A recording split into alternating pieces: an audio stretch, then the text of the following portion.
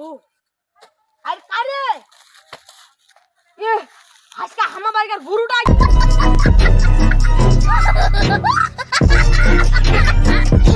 কি লাগি রে সূর্যরা কোন দিকে উঠছে রে ও আই বা আমার বাড়ির গরুটা তো ভালোই কাম করিয়ে পাচ্ছে এইটা যে আমার মনে হয় এবার তাহলে বিয়া খান লাগা দিয়ে মরলাম বাবা এবার কি কি কুড়নার গিসনিতে কুড়ে যাচ্ছি আগে তোর সম্বন্ধ করবা গেছিনু রে হ্যাঁ আগে মুখে ডোডার ডোডির সাথে বলে বিয়া লাগা দিব